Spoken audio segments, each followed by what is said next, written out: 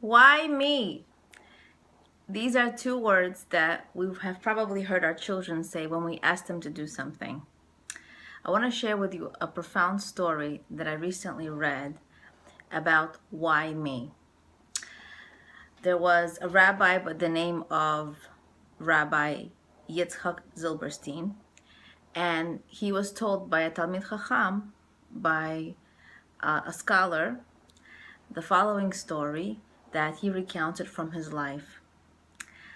He was sharing how he was sitting at home, and the Talmid Chacham saw how his wife was requesting her children to do many things, and he said he lived in a very busy home with many siblings, and the mother asked him to do things, and the mother had to ask many times for chores to get done, for tasks to be completed, and unfortunately he was no angel himself.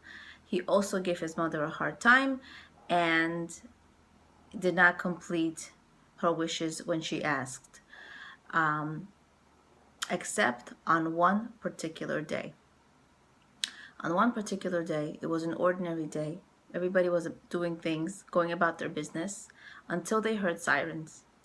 They heard sirens, and it was no one other but the Nazis. They pounded on the doors. All their friends, all their neighbors were asked to meet in the center of town, and with barking dogs, with the pressure and the stress of these wild barking dogs rushing them to gather their belongings and gather in the center of town. Soon enough, they told all the men to go to the right. So his father was lined up with all the other men, and his mother, along with him and the rest of his siblings, were pushed quickly to the left and pushed right away onto a boarding train. And the train quickly huddled them in. He was scared. There was utter chaos. There was noise. There was crying. There was commotion and confusion. We can only imagine how they must have felt. And he was in the corner, and his mother realized that she has a suitcase and she forgot to give her husband, his father. It was his talit, the father's talit, and his tefillin. These are religious garments and items used during prayer. And she gave him the suitcase. She said, quickly, go to your father and give him the suitcase. He did not hesitate for a moment in giving his father his things. He rushed out of the train, quickly ran to his father, gave him the suitcase, rushed back to the train, only to realize that the train had already left, the doors had closed, and he was going back to his father. This is the last time he saw his mother and his siblings. And he shares, what if I would have said, why me? Why me, mother? Why do I have to do your bidding? And this actually saved his life.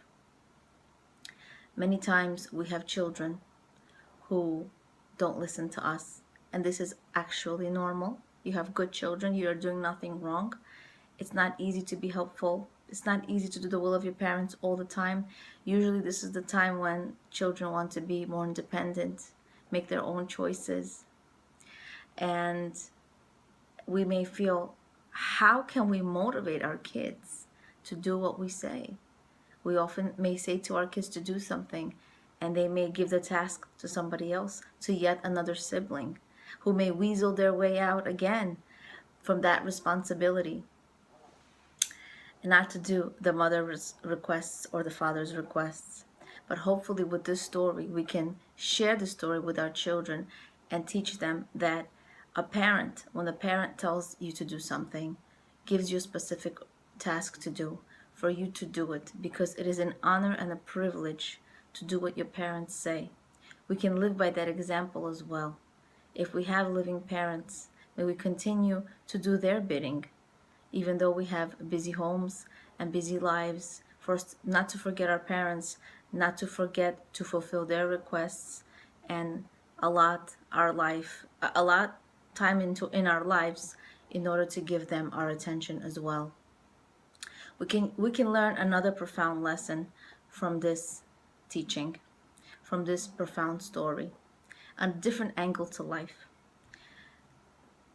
We may have parents who are living, and may we be zoche, may we merit to see them in good health for 120 years. Some of us may have parents who are not living. Who to turn to? None other but Hashem himself, our Father. This angle I actually came up with myself, and I hope to share it with you because I hope that it's going to be helpful for us to navigate life successfully. Many times we are given circumstances in our lives, and we ask ourselves and we ask Hashem, our God, why me? Why do I have to do this? Why do I have to deal with these circumstances? And it may be difficult children. It may be an unattentive spouse, financial losses, differences with a spouse, not the ideal parents, grandparents, or siblings, not the ideal life circumstances at all. An impossible employer, maybe a very rebellious child.